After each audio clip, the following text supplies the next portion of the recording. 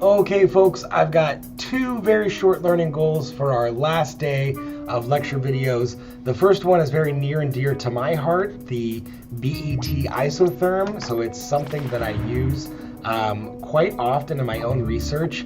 And this math that you see behind me on the board is the BET isotherm and derivation thereof. So it is a fickle derivation. It is a hard equation to use.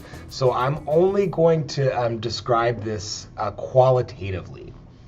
So in the case when we expect multi-layer adsorption to occur, so beyond just a single layer, there are several empirically determined isotherms that can describe that. The BET, which stands for the Brunauer, Emmett, and Teller, the three scientists that developed this, is the most commonly used and is often used to actually determine the surface area of a material.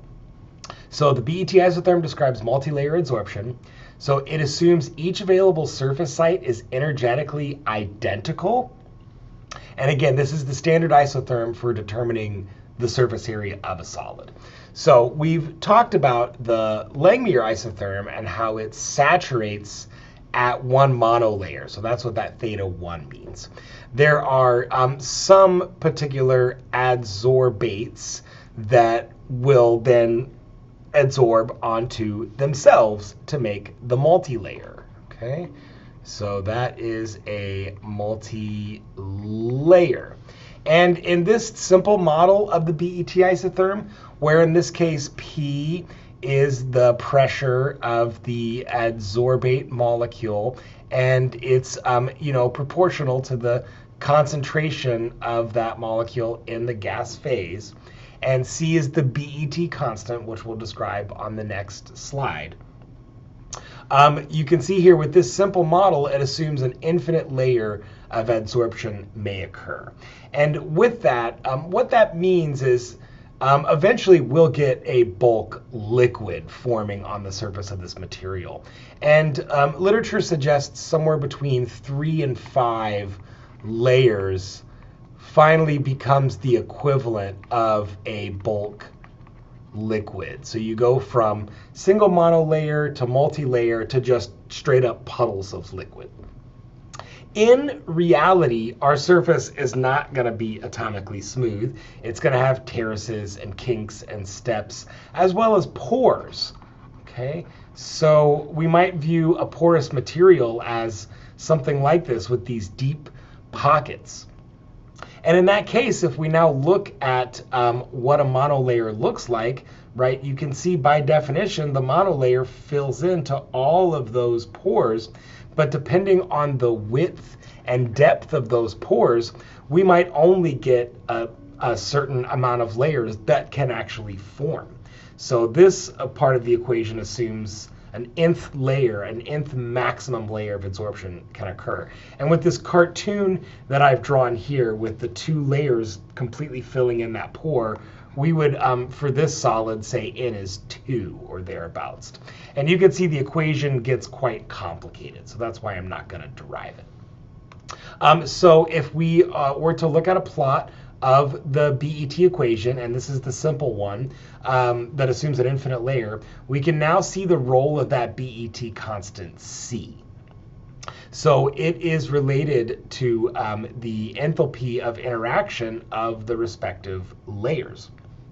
So for example, if we think of delta H1, so that would be the enthalpy of adsorption, right? And we showed some of those values when we talked about chemisorption versus physisorption, right? For chemisorption, those values are huge. For physisorption, those values are much smaller.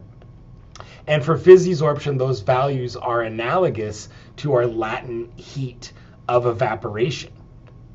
And so in this model, what we assume is the enthalpy of adsorption of the first layer is unique depending on the surface. Okay, unique.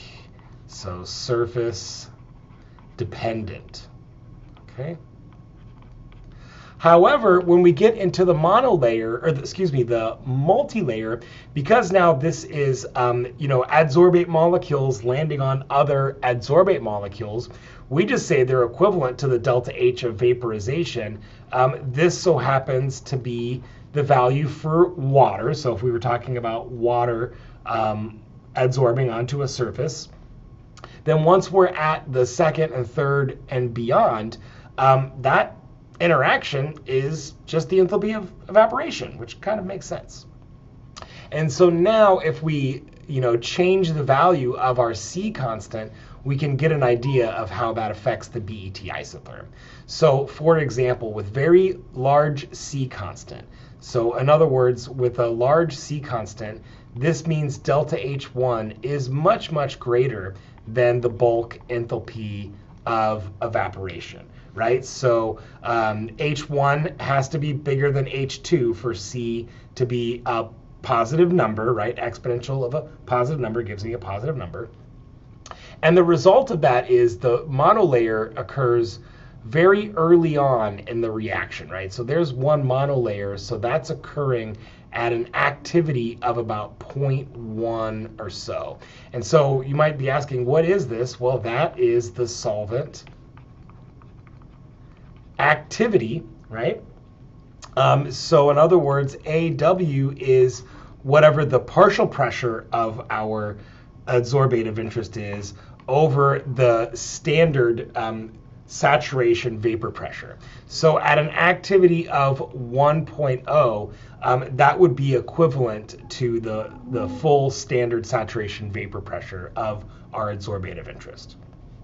So now you can see as C gets smaller and the enthalpy of the first layer gets closer to the enthalpy of the second layer, the formation of a monolayer happens at larger partial pressures, right? And as C becomes very close to the bulk enthalpy of vaporization, the curve takes on a different shape. And if we look into the literature, the shapes of these curves are generally classified with different types. I'm not going to get into the details of those types because they also often describe the nature of our surface.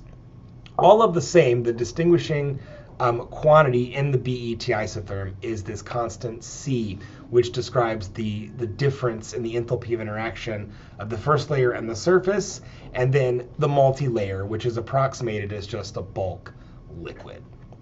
Okay, so that's all that I wanted to say about the BET isotherm. I could give a whole seminar on this thing, but I just wanted to give us a brief introduction.